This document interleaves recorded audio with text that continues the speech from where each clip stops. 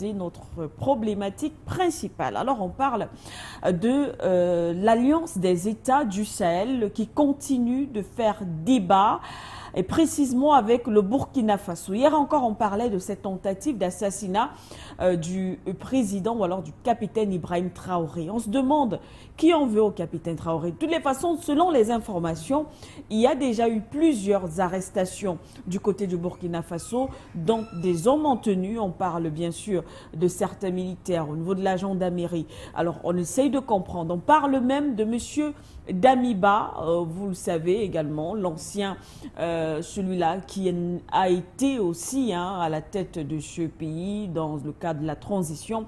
Il y a ces ramifications dont on fait allusion, André Christelle Fonga. Le Burkina Faso semble-t-il être le plus visé dans le cadre de cette alliance des États du Sahel. Est-ce que déjà, à l'analyse, vous partagez cet avis lorsqu'on voit le Mali, le Niger, le Burkina? Ce n'est pas la première fois qu'on parle de tentative de coup d'État de ce côté-là. Ici, oui. Selon vous, pourquoi? Alors, je voudrais commencer mon analyse à partir du moment où le Burkina Faso est l'État aujourd'hui où encore les Français ont une très grande mainmise encore. Pourquoi quand je parle d'une très grande mainmise sur l'État burkinabé? Parce que la plupart de ceux qui gouvernent aujourd'hui, ou bien de ceux qui sont à des fonctions aujourd'hui, que ce soit gendarmerie, police et tout le reste là, la plupart ont reçu leur formation en France. La plupart ont été sous la coupole des pro-français. Parce que quand vous regardez la gouvernance Thomas Sankara, 25 ans de pouvoir. 25 ans de pouvoir, il a eu le temps de fabriquer cette administration. Il a eu le temps de former, de Compaoré, pardon, Blaise Compaoré. Okay. De Blaise Compaoré. Il a eu le temps de former des militaires, de former, de formater même toute l'administration centrale du Burkina Faso. Donc actuellement, il y a trop de pro-français actuellement encore au Burkina Faso. Maintenant, et après ça, il y a eu des autres pro-français qui sont arrivés au pouvoir, qui ont justement travaillé d'arrache-pied et tout pour implémenter la stratégie française. Et deuxième chose, grille d'analyse, c'est que on pense que Traoré est très jeune. Oui, c'est vrai que ça se dit beaucoup dans les coulisses. Il est très jeune. Traoré. Et il y a des vieux militaires, gendarmes même, qui sont là et qui se voient commandés par un jeune capitaine de l'armée encore en plus et qui n'a pas changé son grade, qui n'a rien changé du tout de son statut de capitaine, que ce soit son salaire, que ce soit... Mais il est resté capitaine de l'armée. Et même malgré qu'il occupe les fonctions de président. Oui. Donc, vous comprenez que cette façon de faire ne fait pas plaisir à beaucoup de généraux, à beaucoup de colonels, à beaucoup de lieutenants-colonels qui sont dans l'armée. Donc, vous comprenez qu'aujourd'hui, il y a cette jeunesse-là qui ne veut pas être de manière géopolitique dans le monde. Vous savez que Macron vient de nommer un jeune Premier ministre de 34 ans. Oui, tout à fait. Parce que, vous rappelez-vous, sur votre plateau, j'avais fait une analyse. Le monde, n'est-ce pas, géopolitique mondial avait présenté Macron comme un exemple de rajeunissement de la classe politique planétaire. Et ça a valu qu'on chahute les chefs d'État africains qui étaient à un certain âge. Donc, en fait, Macron était une référence planétaire en matière politique pour présenter que nous faisons avec la jeunesse, alors que là-bas, chez eux, en Afrique, c'est la gérontocratie. C'est-à-dire la gouvernance des vieux. Quand Ibrahim Traoré arrive, il vient balayer d'un revers de la main en fait, l'image qu'on avait projetée dans le monde, que l'Occident avait projetée dans le monde de la politique, n'est-ce pas, de la gouvernance, n'est-ce pas, des États, en présentant Macron comme le plus jeune politicien, président et tout le reste qu'on pouvait imaginer. Donc, vous voyez que Ibrahim Traoré vient mettre cette image-là de côté, avec une gouvernance claire, avec une gouvernance jeune, mais active, qui produit des résultats au tic au tac, Alors que Macron est en train de plutôt produire le contraire. Parce que la gouvernance Macron aujourd'hui est la gouvernance la plus catastrophique française. Il faut le dire. Parce que c'est sous Macron qu'on a vu où on peut tabasser des Français jusqu'à les tuer. Parce qu'avant, il y avait quand même, il y avait des mouvements d'humeur en France, mais on n'avait pas atteint ce niveau de barbarie. Macron, dans sa gouvernance, a utilisé, ils appellent la loi là, vous ne passez pas par le Sénat, vous ne passez pas par l'Assemblée nationale et tout, 43-9, quelque chose comme ça. Donc, pour que le gouvernement prenne des décisions sans avoir recours à l'Assemblée. Okay. Il a utilisé plus que tous les autres présidents qui existent en France, qui ont existé en France. Donc, vous comprenez que c'est une gouvernance qui ne vaut absolument rien, qui est descendue plus bas où on n'a plus droit à la parole. Donc, c'est-à-dire cette France des libertés-là. Donc, Ibrahim Traoré vient démontrer à la face du monde que nous, les Africains, la jeunesse, elle est compétente. Oui. La jeunesse est capable de faire des choses, de mener des combats soi-disant des grands. Vous comprenez un peu, soi-disant des grands. Donc aujourd'hui, Ibrahim Traoré fait l'objet de tous ces attentats-là parce que, et pensant qu'il est le plus fragile.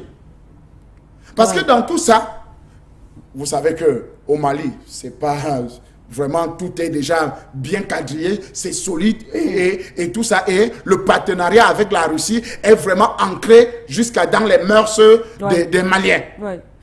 Au Niger, on a quand même un haut responsable, n'est-ce pas, le général Tiani, qui est quand même un haut responsable de l'armée générale de son État, qui a travaillé. Parce que l'une des choses que vous ignorez, c'est que Ibrahim Traoré, lui, il était militaire, il n'avait pas véritablement des fonctions officielles au niveau que ce soit la présidence, que ce soit au tout. Alors que le général Tiani, par exemple, lui, il était directeur de la sécurité présidentielle. Donc, il a côtoyé la présidence, il a côtoyé. Donc, il a été presque au commandement, il a eu presque tous les mérites, n'est-ce pas, en tant que militaire, jusqu'à son grade de général, il a roulé sa bosse. Même chose un peu pour Assimi Goïta, qui était un homme de terrain, n'est-ce pas, jusqu'à avoir des troupes sous lui qu'il commandait. Donc, vous voyez que Ibrahim Traoré, c'est un jeune qui arrive comme ça, qui n'avait pas véritablement roulé sa bosse dans l'armée, véritablement, mais très courageux. C'est pour ça que les Damiba ne voient ça d'un mauvais œil, que ça soit Ibrahim Traoré qui puisse faire le coup d'État. Parce que quand il y a eu rectification, il y a eu rectification, on pensait directement que Ibrahim Traoré allait laisser le pouvoir à un certain colonel qui était en prison. Effectivement, oui. C'est Zougana, c'est quelque chose comme ça.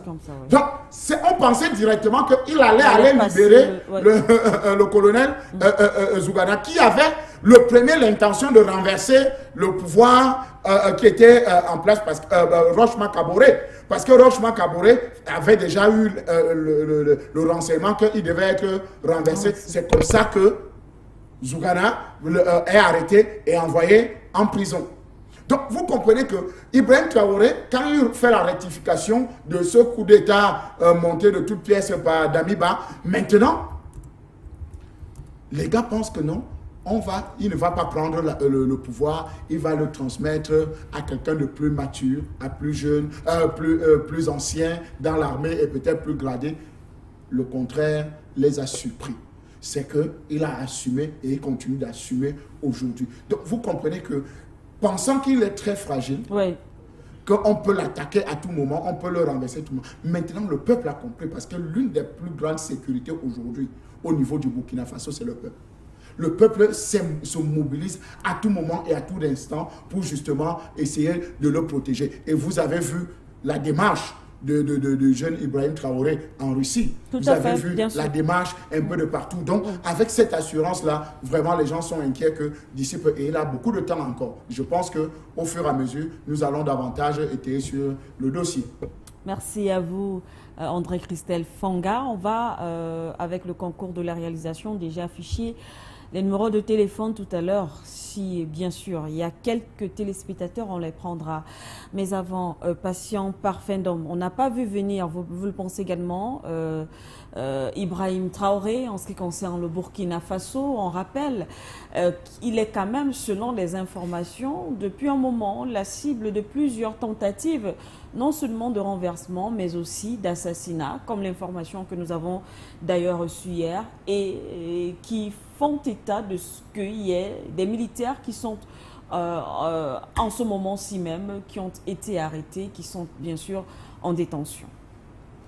Je reviens sur un point très important que Christelle Fanga a énoncé et sur lequel je vais essayer d'élaborer cette intervention, cette prise de parole, pour dire que nous sommes dans une transition qui ressemble à une révolution. Cette transition-là continue d'utiliser des acteurs au niveau de l'État qui ont été quand même des acteurs qui ont été formatés par le moule ancien qui était totalement assujetti à la France. Oui. Ils pensent comme l'Occident, ils fonctionnent comme l'Occident. La plupart, pas que les militaires, mais même les civils. Il n'y a pas que les militaires, mais même les civils. Ils ont le schéma de gouvernance qu'ils ont, de gestion de l'État qu'ils ont, c'est le schéma calqué exactement sur le modèle occidental. Quand vous arrivez, surtout avec la jeunesse d'Ibrahim Traoré, et que vous renversez pratiquement la table, comme on dit, en essayant d'implémenter une nouvelle vision de la gouvernance qui se veut une gouvernance participative. Parce qu'elle est tellement participative que participative autant pour moi que vous voyez un médecin qui critique le régime. Et Ibrahim Traoré lui dit, ok, c'est pas grave, venez dans cette arme, allez au front pour voir ce qui se passe au niveau du front. Réellement, oui. C'était un jeune médecin pourtant, c'était pas un vieillard. Mais parce que la manière de réfléchir, la manière de concevoir le pouvoir et la gestion et l'administration du pouvoir, c'est fait avec le modèle ancien. Un modèle qui est calqué sur ce que la coloniale a laissé comme forme d'administration dans ces pays-là, dans nos pays en général. Premièrement. Deuxièmement, il y a des hommes clés de l'ancien pouvoir qui sont encore à la manœuvre, qui ne sont pas tous arrêtés. Certes, vous allez me dire que Dendéré est en prison, Dendéré est en prison, mais Djibril Bassolé, il est où? Il est en France. François Compaoré, il est où? Il est en France. Blaise Compaoré lui-même, il est devenu citoyen au niveau de la Côte d'Ivoire. Alors, sans oublier, n'est-ce pas, ces militaires haut gradés, dont certains ont été formés à Saint-Cyr, Christelle Fanga, dont certains appartiennent à des loges maçonniques et autres, que vous savez très bien, et sans oublier des hommes d'affaires, des hommes haut placés au niveau de l'administration, qui ont des enfants et des biens au niveau de Paris et de la France et des comptes bancaires. On leur dit, mais ce n'est pas possible. Vous ne pouvez pas nous mettre dans cette situation où le jeune là qui arrive est en train de renverser complètement les équilibres macro de la gestion du pays. Donc il faut absolument faire quelque chose. Et c'est là l'enjeu central de ce qui va se passer, de ce qui va se passer au Burkina Faso, mais pas qu'au Burkina Faso. Je vous dis, attention, même le Mali, même le Niger, ils sont eux aussi dans cette situation extrêmement difficile. C'est pour ça que je vous disais, mes fois précédents, je vous disais que les situations sont complexes et que c'est les batailles qu'on a gagnées. On n'a pas encore gagné la guerre. Et pour cela, il faut une meilleure organisation. Il faut que c'est un gouvernement de transition qui sont militaires et qui vont de victoire en victoire. Parce que quand vous voyez là encore récemment, le capitaine Ibrahim Traoré a encore fait l'acquisition de nouveaux matériels militaires qu'il a mis à la disposition de l'armée. Et attention, ça commence à être du solide du point de vue de l'acquisition, n'est-ce pas, de l'arsenal dont les militaires burkinabés ont aujourd'hui. Ils ont des moyens, de ce qu'ils appellent des vecteurs aériens de très haut niveau et qui créent beaucoup de dégâts au sein, n'est-ce pas, de la contradiction terroriste qui leur est imposée. Donc, je disais que tout à l'heure qu'au-delà de tout cela, il y a aussi le fait, là il faut le dire, Certes, on dit le peuple est derrière, mais le peuple qui n'est pas organisé, ça ne sert à rien. Effectivement. Il faut qu'il y ait une meilleure organisation des partis politiques de gauche qui soutiennent cette transition. Il faut qu'il y ait une organisation musclée des syndicats de gauche qui vont soutenir cette transition. Il faut qu'il y ait une meilleure organisation des mouvements de jeunesse, la société civile, qui voit le monde dans le prisme multipolaire. Si vous continuez à avoir des organisations de jeunesse, des organisations de femmes, des organisations de la société civile, des partis politiques pour la plupart qui sont financés par les ONG que vous et moi nous connaissons, alors là, je dis, au niveau du sommet, au niveau de la tête, au niveau de la suprastructure qui dirige le pays, il y a une volonté de modifier complètement le rapport de force, n'est-ce pas, et d'en faire un basculement dans le sens du vœu des populations. Mais si ces populations ne sont pas organisées en instruments de combat, je peux vous dire que, attention, le chef sera au sommet de la montagne avec quelques illuminés, mais la base, elle ne sera pas organisée pour répondre à tout cela. Quand on regarde comment certaines organisations ONG, même au niveau de notre sous-région Afrique centrale, par qui ils sont financés et quelles sont les priorités qu'ils font dans leur lutte. Si ce ne sont, et là, ils ont mis ça dans le vocable, dans le bloc que vous appelez défense des droits de l'homme. Regardez ce qu'ils défendent dans leurs droits de l'homme. Et regardez les types de financement qui les parviennent. Oh, donc le jour au lendemain, on a dit maintenant, on va changer complètement d'agenda. On n'a plus dans la défense de ces droits de l'homme. Donc, ils se voient couper la manne financière qui les permettait de se répandre dans les médias, de faire des séminaires de gauche à droite pour tourner en rond comme un petit poisson rouge dans un bocal parce que vous avez imposé un nouveau paradigme dans lequel ils ne se retrouvent pas. Je vous dis, Manu Lassike, vous êtes en danger.